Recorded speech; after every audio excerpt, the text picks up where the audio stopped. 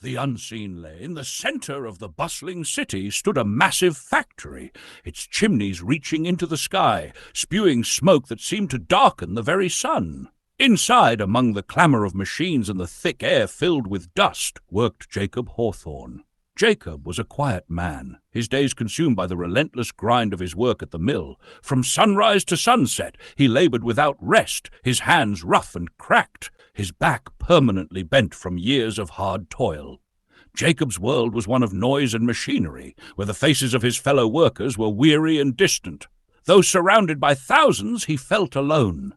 The factory floor was a sea of people moving in rhythm with the machines, yet no one had time to speak or share more than a nod. At home, Jacob's life was no easier. His wages barely stretched far enough to feed his wife Mary and their 3 children, James, Emily, and little Samuel.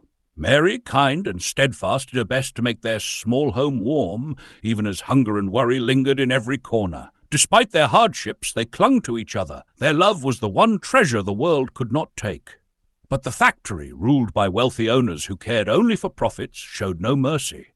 Workers faced long hours, dangerous conditions, and little pay.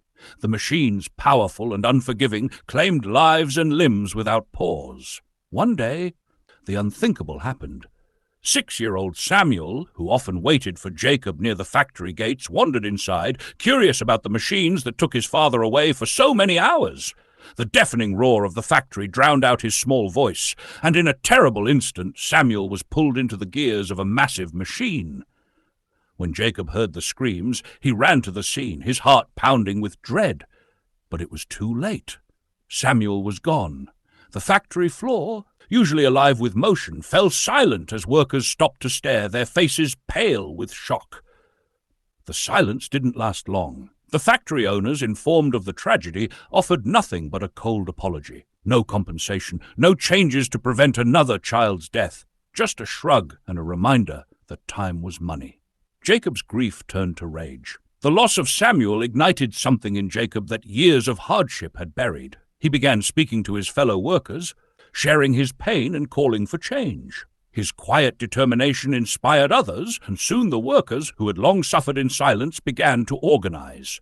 Together they demanded better wages, shorter hours, and safer conditions. The factory owners tried to dismiss them, but the workers refused to be ignored.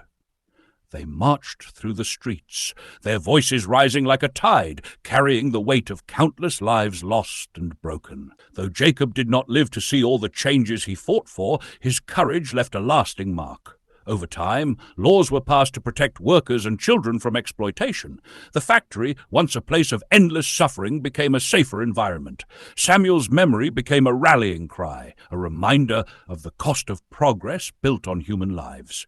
Jacob's story and the fight he led taught the world that even the unseen and unheard could rise up and demand justice.